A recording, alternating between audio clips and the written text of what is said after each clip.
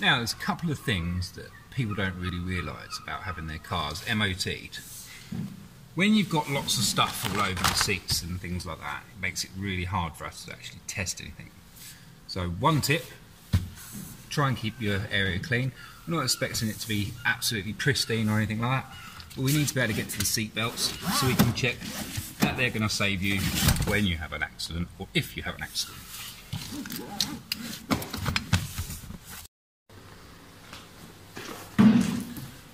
Another thing you could do before it comes down for an MOT, or if you're just having your vehicle checked, obviously we're here to make sure your vehicle's safe anyway, but checking your levels or checking your lights is always a good step.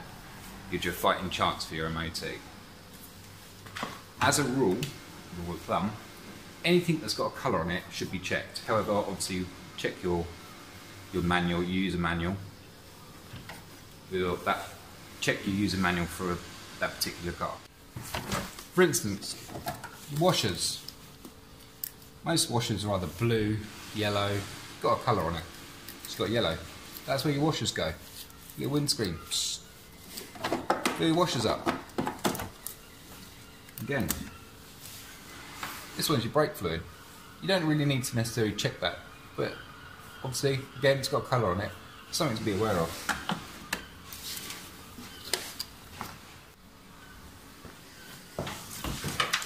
Obviously, each engine bay is different. Engine. But pretty much everything has got a colour on it. Red. Engine oil. That's where your engine oil goes. Dipstick. Red. They come in red, yellows. That's generally the sort of colours they are. Whenever you're checking your dipstick, there's always two lines, or two dots, or that kind of combination. Two dots. There's always two dots, or two lines, that kind of thing. Some of them have got different patterns on, but as a rule,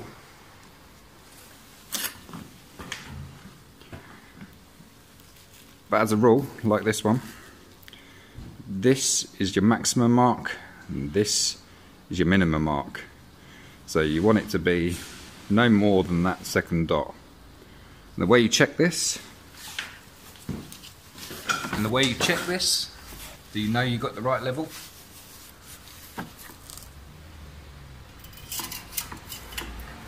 Pull the dipstick out and wipe it. After you've wiped it, then put it back in.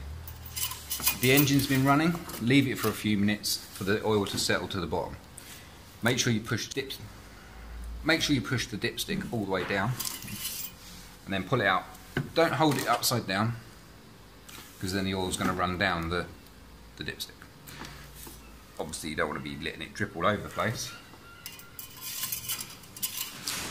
So pull it out, wipe it, put it back in, then hold it like that. Then you can see how well the oil is, which mine's not great.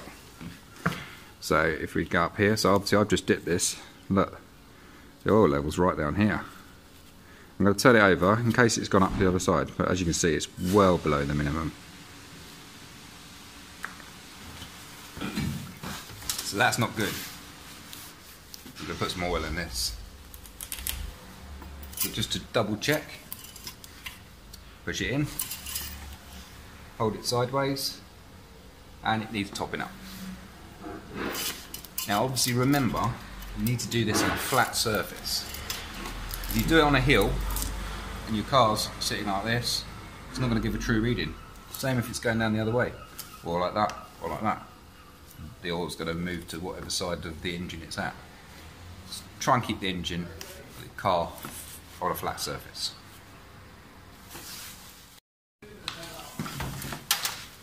When you're topping up oil, if you're not sure how much goes in it, don't put too much in. Start with a little bit and work your way up.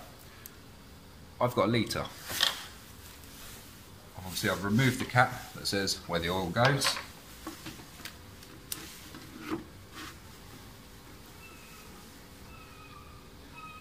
Now, if you're not sure if your litre going to be a litre of oil is going to be too much, then don't put a litre in it. If you put a litre in it and you find it's not enough, then just slowly top it up a bit more. But after every time that you put any oil in, allow it to settle for 5 minutes and then recheck your level. Oil's in.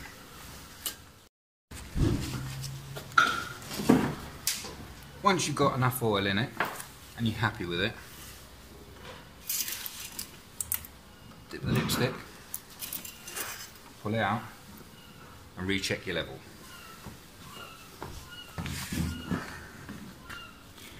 Now, as you can see here, obviously you're going to get some strands like this. That's quite normal. That's just from in the tube itself.